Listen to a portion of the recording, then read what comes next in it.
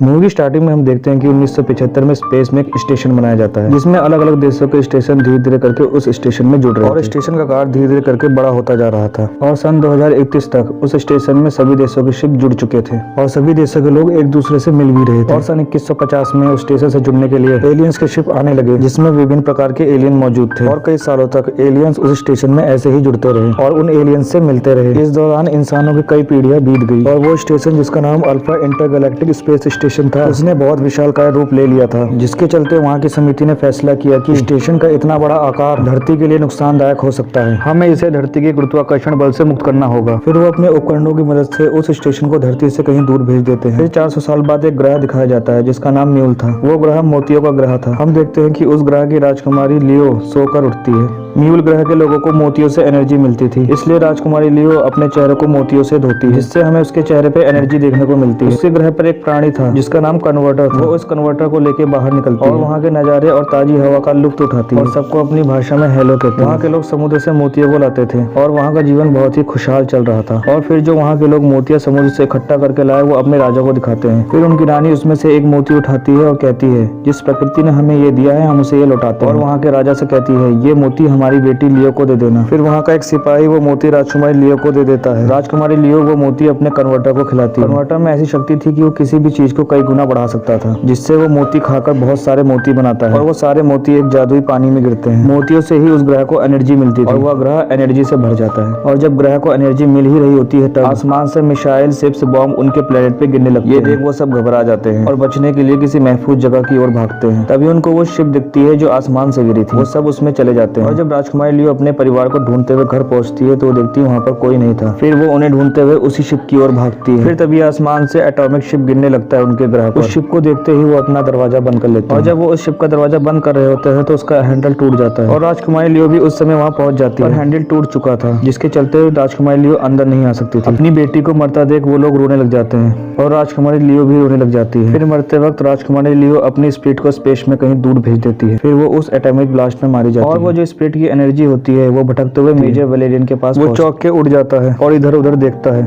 फिर उसकी पार्टनर आती है लॉर्डली। लॉर्डली कहती है, तुम ठीक तो हो ना वैलेरियन?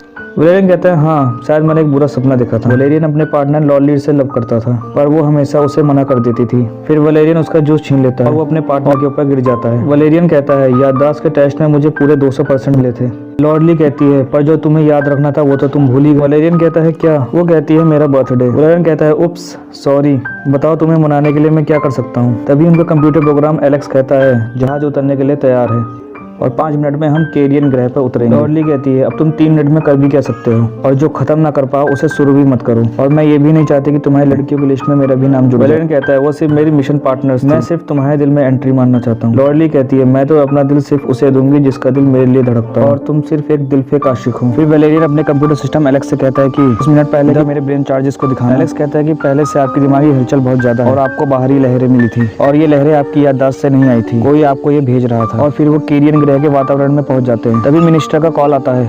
वो कहता है कि ये मिशन तो तुम्हें समझ में आ गया होगा, तुम्हें कन्वर्टर वहाँ से बरामद करना है क्योंकि कन्वर्टर अपनी नस्ल का आखिरी प्राणी है। और वो कहता है, प्लीज ढंग के कपड़े पहन के जाना। फिर उनका स्पेसशिप उस ग्रह पे लैंड करता है। वहाँ का फौजी उनको अजीब कपड़ों में देख के कहता है, तुम ऐसे कपड़ों में मिशन में जाओगे? वैलेरियन कहता है, हम लोगों को टूरिस्ट जैसा दिखना है तो ये कपड़े हमारे लिए बेस्ट है। फिर वो अपनी मिशन वाली जगह बिग मार्केट पहुंच जाते हैं। वैलेरियन मिशन पे जाने से पहले कहता है, लॉर्डली मुझसे शादी करोगी? लॉर्डली कहती है, ये बात करने के लिए तुम्हें ऐसी जगह मिली? फिर वो उसके गाल पे किस करती है और बस में बैठ जाती है और उसे देख के मुस्कुराने लगती है। फिर वैलेरियन बिग मार्केट के अंदर जाता है। अंदर पहुंचते ही उन्हें एक गाइड मिलता है जिसका नाम तजीब था।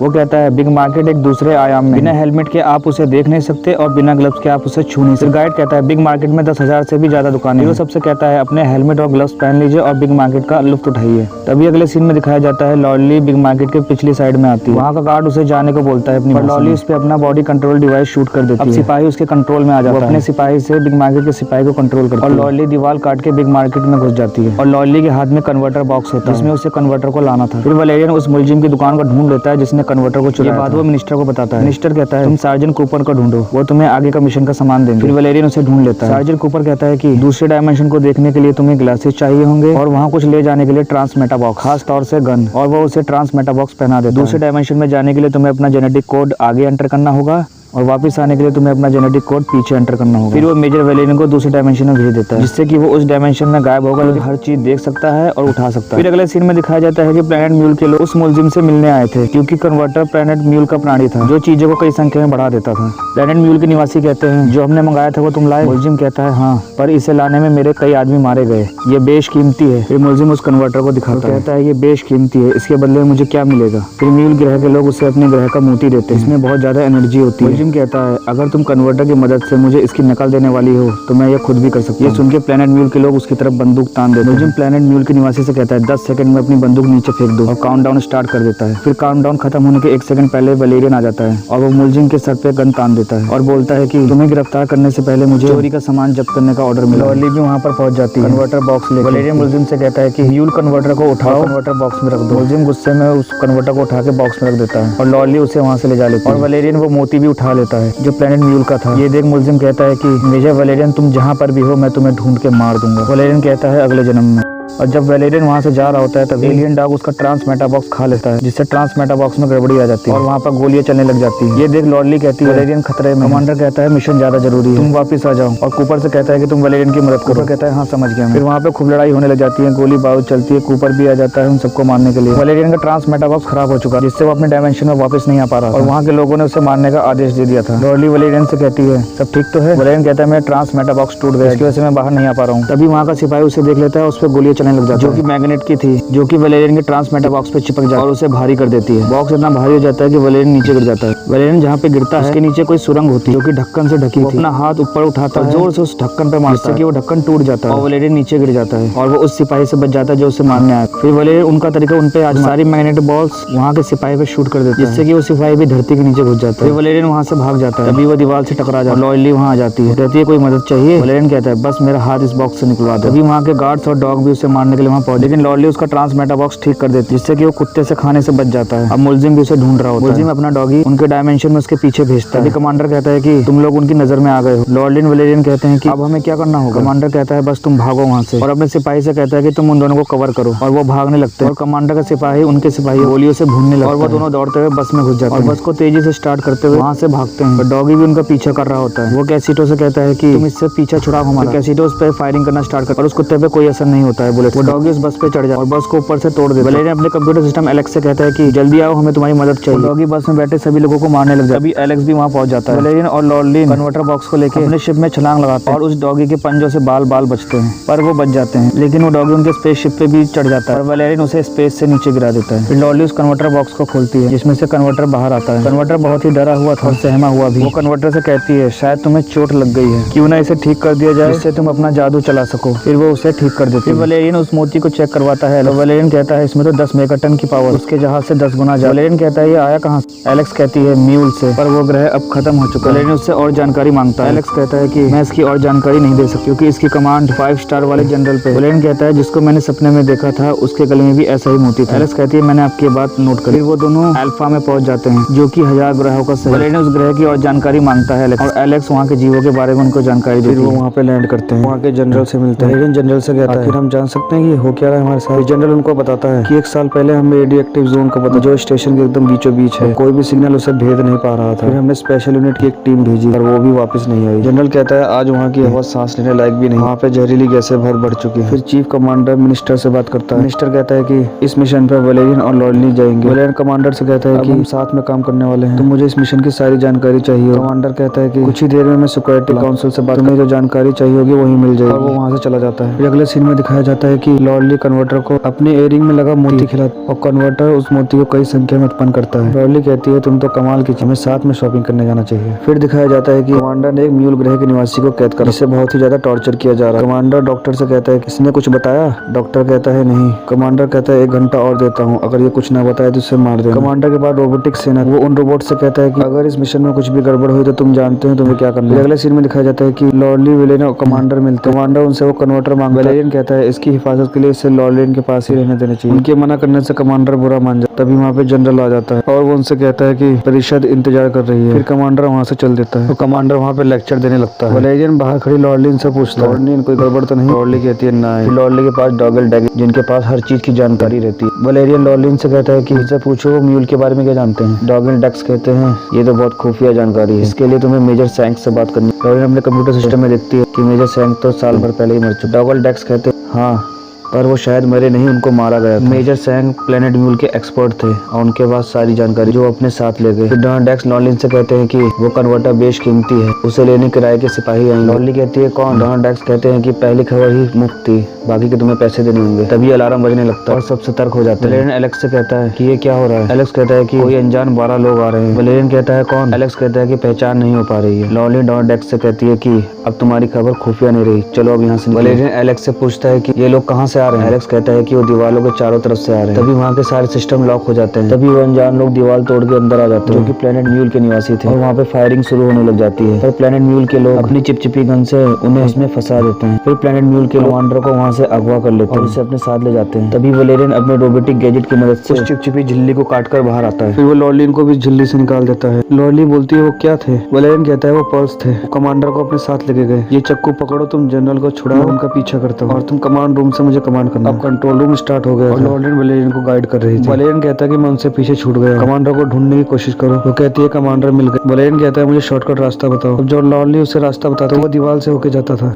फिर वलेरियन अपना सूट एक्टिवेट कर लेता है और दीवारों को तोड़ते फांदते कूदते आगे निकलता है। वो एलियंस के सभी डिपार्टमेंट से होके गुजरता है। लॉर्ली कहती है वो स्पेसशिप के पास अपने पहुंच चुका, हमें प्लान बदलना होगा। 140 डिग्री ईस्ट में एलेक्स पिकअप। वलेरियन कहता है नंबर 81 गेट है ना? लॉर्लिन कहती है हाँ। फिर वलेरियन उस गेट को तोड़ते हुए बाहर निकलता है, स्पेस में चला जाता है। वलेरियन कहता है गेट नंबर 81 ही था ना? लॉर्लिन कहती है हाँ। क्यों? वलेरियन कहता है क्योंकि ये मुझे स्पेस में ले आया है। लॉर्ली कहती है सॉरी, वो नंबर 18 था, इसमें मेरी गलती थी। वलेरियन कहता है कोई बात नहीं, बड़े बड़े कामों में छोटी छोटी गलतियां होती रहती है। लॉर्ली एलेक्स से कहती है कि वलेरियन को नंबर 81 पे पिकअप करो और एलेक्स उसे वहां से पिकअप कर लेता है। वो उसका पीछा करने लगता है। वो उनके जहाज पे गोलियों से शूट करता है और प्लेनेट म्यूल के निवासियों डिफेंस सिस्टम बहुत अच्छा था जिसकी वजह से उनके जहाज को कोई असर नहीं पड़ता। वलेरियन कहता है कि मैं इस जहाज से उसका पीछा नहीं कर सकता, मैं स्काई जेट लेके जा रहा हूँ। फिर वो स्काई जेट से उसका पीछा करने लगता है पर उनका जहाज रेड जोन की तरफ जा रहा है। लॉर्ली कहती है इससे पहले हमारा कनेक्शन टूट जाए, उन्हें जल्द ही पकड़ लो। वलेरियन कहता है कोशिश करता हूँ, पर जहाज की स्पीड बहुत तेज थी और वो रेड जोन की तरफ ही बढ़ रहा था। वलेरियन उनके शिप में रस्सी फंसा देता है और उनकी शिप उसे और तेजी से रेड जोन की तरफ लेके जाती है, जिससे कि वलेरियन की शिप का कंट्रोल खो जाता है और फिर वो रेड जोन में चला जाता है। वो कहता है लॉर्ली में से कंट्रोल नहीं कर पा, और इतने में ही उन दोनों का संपर्क टूट जाता है। लॉर्ली कहती है वलेरियन जवाब दो। रेड जोन में जाने की वजह से वलेरियन का कोई जवाब नहीं आता। लॉर्लिन डॉगल डक की मदद से एक बुड्ढे को ढूंढती है जो उसे एक जेलीफिश के पास लेके जाता है। उस जेलीफिश के पास ये पावर किसी भी चीज को ढूंढ सकती है। लॉर्लिन अपना सर उसके अंदर और उसकी मदद से वलेरियन का पता लगा लेती है। वो वलेरियन के पास पहुंचती है तो देखती है कि वो बेहोश होता है और वो उसे होश में लाती है। तभी एक तितली लॉर्लिन के हाथ में आके बैठती है। लॉर्लिन कहती है कितनी खूबसूरत तितली। वलेरियन कहता है उसे छूना मत। लॉर्लिन कहती है क्यों? वलेरियन कह ही रहा था कि वो ट्रैप है, तभी वो तितली ऊपर की ओर खींचने लग जाती है। फिर वलेरियन भी उस खाई में छलांग लगा देता है और तितली की मदद से ऊपर पहुंचता है। ऊपर कुछ एलियंस थे जिन्होंने लॉर्लिन का शिकार किया था, वो उसे पकड़कर अपने साथ ले जा रहे थे। तभी वलेरियन भी उस ट्रैक की मदद से ऊपर पहुंच जाता है और जिस एलियन ने उसे पकड़ा था उसे गोली से शूट कर देता है। वलेरियन देखता है कि लॉर्लिन को एक एलियन अपने साथ लेके जा रहा था। एलेक्स कहता है कि अगर आपको लॉर्लिन को छुड़ाना है तो इनके भेस में ही जाना होगा, आपको एक ग्लैमोपॉड ढूंढना होगा। तभी कंट्रोल रूम में पता चल जाता है कि Valerian red zone paradise valley में है। जनरल अपनी यूनिट को ऑर्डर देता है कि वो सब वलेरियन की मदद करें और वलेरियन एक सिपाही से गन लेके अंदर चला जाता है। वहाँ पे बहुत सारी खूबसूरत लड़कियां थी जो एक से बढ़कर एक। वलेरियन लॉर्लिन को ढूंढते हुए उस वैली में आगे बढ़ता है। वलेरियन एक आदमी से मिलता है, वो उससे कहता है कि मुझे एक ग्लैमोपॉड की जरूरत है। कहता है तुम सही जगह आए। फिर अगले सीन में दिखाया जाता है एक एलियन लॉर्लिन को तैयार होने को बोलता है। लॉर्लिन उससे कहती है तुम नहीं चाहते कि यहाँ अंतरराष्ट्रीय जंग छिड़ जाए तो मुझे यहाँ से जाने दो। वो दोनों ही एक दूसरे की भाषा नहीं समझ पा रहे। तभी लॉर्लिन जोर से चिल्लाती है और ये देखकर एलियन भी जोर से चिल्लाता है। लॉर्लिन कहती है चलो ठीक है मैं पहन लेती हूँ। अगले सीन में हम देखते हैं जो आदमी वलेरियन को लेके गया वो उसे एक लड़की का शो दिखाता है जो कि एक एलियन थी, वो कोई सा भी रूप बदल सकती थी। वलेरियन उससे उसका नाम पूछ कहती है मेरा नाम बबल है। वलेरियन कहता है ओके बबल, तुम्हें मेरी एक हेल्प करनी होगी, तुम्हें मेरे एक पार्टनर को ढूंढना होगा जो यहाँ पर खो गई, उसके बदले में तुम्हें यहाँ से आजाद करूंगा। कहती है अगर मैं यहाँ से गई तो मुझे जॉली मार दे। वलेरियन कहता है जॉली अब किसी को मारने के लायक नहीं रहा। फिर बबल जॉली का भेष बनाकर वलेरियन को उसके रूम से बाहर ले आती है। वलेरियन बबल के अंदर होता है। वहाँ से निकलने के बाद वलेरियन कहता है बबल अब मुझे बाहर निकालो और वो उसे अपने शरीर से बाहर निकाल देती है। फिर वलेरियन गुलाम बथोड़ के एरिया में पहुंचता है। बबल से कहता है कोई दूसरी जाति उनके एरिया में नहीं जा सकती। बबल कहती है मैंने कभी गुलाम बथोड़ का रूप नहीं धरा था, मैं उसका रूप नहीं धर पाऊंगी। वलेरियन कहता है तुम एक आर्टिस्ट हो। बबल कहती है कि किरदार में आने के लिए थोड़ा वक्त लगता है, थोड़ी चाल ढाल बदलनी पड़ती है। बबल कहती है चलो ठीक है। फिर वो दोनों गुलाम बथोड़ का रूप धर लेते हैं। उधर लॉली को बहुत सजाया धजाया जा रहा था। वहाँ का एलियन उसके लिए एक लंबी सी हैट लाता है जो कि एक प्लेट की तरह थी। इधर वलेरियन और बबल अजीब ढंग से चलते हुए वहाँ के किले में पहुँचते हैं और वो उस किले के अंदर चले जाते हैं। तभी कंट्रोल रूम का कमांडर को बताता है कि मेजर का पता चल गया है, गुलाम बथोड़ इलाके। कमांडर कहता है वहाँ तो कोई नहीं जा सकता। सिपाही कहता है कमांडर कहता है सेना को खबर कर दो। फिर अगले सीन में दिखाया जाता है वलेरियन और बबल के राजा को खाना परोसने जा रहे हैं, जो कि एक बहुत लंबी लाइन लगी हुई थी। उनके राजा का नाम बुलांगा फ्लड सभी थाली के खाने को चखता और बाहर तभी बबल और वलेरियन भी उसके आगे थाली लेके पहुंच जाते हैं। थाली में जेली और ऑक्टोपस था। राजा बुलांगा फ्लड ऑक्टोपस का एक हाथ तोड़ता है, उसे खाता है और उसे भी थूक के बाहर ऐसे करके वो सभी थाली रिजेक्ट कर देता है। तभी बबल और वलेरियन लॉलिन को देख लेते हैं, थाली लेके आ रही होती है उस राजा के लिए। राजा बुलांगा फ्लड उसके थाली में रखे हुए नींबू के सर पे निचोड़ता है। वलेरियन ये देख के कहता है कुछ तो गड़बड़। तभी राजा उसका सर काटने के लिए एक औजार निकालता है अपने। ये देख लॉलिन वहाँ से भागती है पर वहाँ के सिपाही उसे पकड़ लेते हैं, राजा के पास कर देते हैं। वो डर के मारे वलेरियन चिल्लाता है। वलेरियन कहता है मैं यहाँ हूँ। फिर वलेरियन वहाँ के सभी लोगों को मारने लग जाता है। वहाँ पे उनके बीच जंग छिड़ जाती है और तभी वलेरियन वहाँ के राजा का सिर काट देता है। वलेरियन बड़े बहादुरी से उन सबसे लड़ता है। वलेरियन को इतना बहादुरी से लड़ता देख लॉलिन मुस्कुराती है कि वो उसके लिए कितने बहादुरी से लड़ रहा था और वलेरियन वहाँ के सभी लोगों को मार देता है। और जब वलेरियन लॉलिन को किस करने जा ही रहा होता है, पीछे से गुलाम बथोड़ की सेना आ जाती है। वलेरियन गुलाम बथोड़ की तरफ और गुलाम बथोड़ वलेरियन की तरफ बहुत तेजी से भागते हैं दूसरों को मारने। वलेरियन बबल और लॉलिन नीचे गटर में कूद जाते हैं। उधर अल्फा पर कमांडर मिनिस्टर से कहते हैं कि मुझे जनरल के सारे पासवर्ड चाहिए, अगर इस मिशन को पूरा करना है। तो मिनिस्टर उस काम के लिए उसे मंजूरी दे देते हैं। कमांडर प्लेनेट म्यूल की सारी जानकारी पा लेता है। उसको पता चलता है कि प्लेनेट म्यूल एक जंग की वजह से खत्म हुआ था। फिर अगले सीन में दिखाया जाता है बबल लॉलिन और वलेरियन एक कचरे के ढेर में गिरते हैं, लेकिन बबल को चोट लग जाती है और वो मरने वाली होती है। और वो मरने से पहले कहती तुम लॉलिन का ख्याल रखना। इतना कह के वो मर जाती है। लॉलिन कहती है अब हम यहाँ से जाना चाहिए। लॉलिन वलेरियन से कहती है क्या तुम्हें पता भी है हम कहाँ जा रहे हैं? और इधर दिखाया जाता है जनरल की सेना भी उस रेड जोन में जा रही है। इधर वलेरियन कहता है हमें शुरुआत से धोखा दिया जा रहा है, हम डेड जोन में हैं फिर भी हम आराम से सांस ले रहे हैं। वलेरियन कहता है कमांडर अच्छी तरीके से जानते थे कि इस भयंकर खतरे के पीछे उनके सामने प्लेनेट न्यूल का निवासी आ जाता है दीवार से। वो कहता है हमारा नाम सूरी है। वलेरियन कहता है हमें अपने महाराजा से मिलाने ले। सूरी कहता है वो आपका ही इंतजार कर रहे हैं, पर लॉलिन कहती है मैं पहले जाऊँ और वो उस दीवार के अंदर चली जाती है। वलेरियन भी उसके पीछे पीछे अंदर चला जाता है। वो देखता है अंदर प्लेनेट म्यूल के बहुत सारे लोग। अपने कमांडर को भी देखता है जो कि खाट पे लेटा हुआ है। वहाँ का राजा उन्हें बताता है मरते वक्त हम पर अपनी ऊर्जा एक लहर के रूप में यूनिवर्स में छोड़ देते हैं जो अंतरिक्ष और समय के चक्रों में सफर करती है। कभी कभी उन्हें उदार शख्स मिल जाता है उनकी आत्मा की रखवाली के लिए। हमारी बेटी ने आपको चुना। फिर वो वलेरियन के अंदर अपनी बेटी को देखता है और कहता है आपको देखकर हमें बहुत खुशी हुई। वलेरियन के अंदर जो आत्मा रहती है वो भी कहती है हमें भी। पर्ल्स का राजा बताता है कि हमारा प्लेनेट एक बहुत ही खुशहाल जगह और हमारे प्लेनेट को मोतियों से एनर्जी मिलती थी जो कि हवा पानी पे नियंत्रण रखती थी और हमने ऐसे ही कई सैकड़ों साल बिताए। फिर एक दिन कयामत का दिन आया। हमारे ग्रह के आसमान में एक जंग छिड़ी। जंग के दोनों लोगों को हम लोग नहीं जानते थे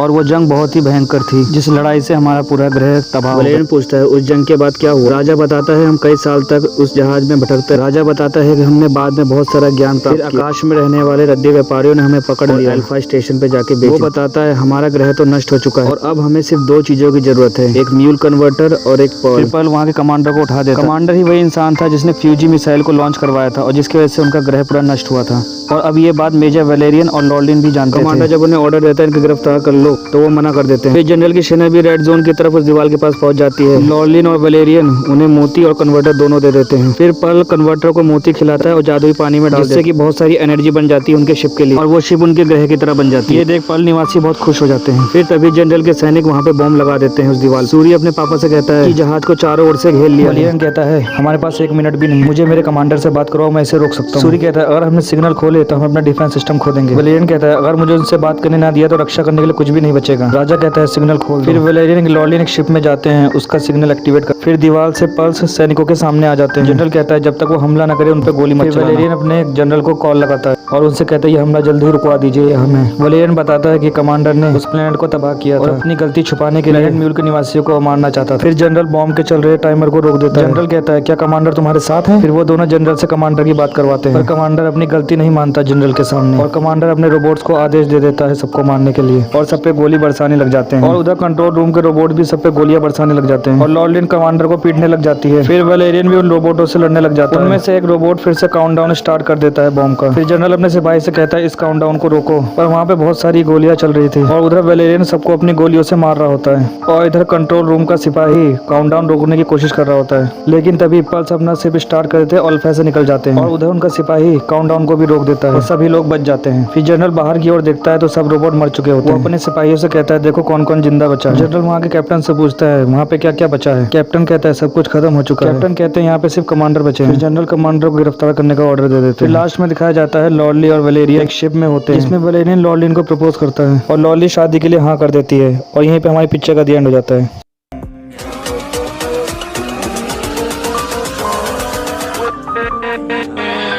with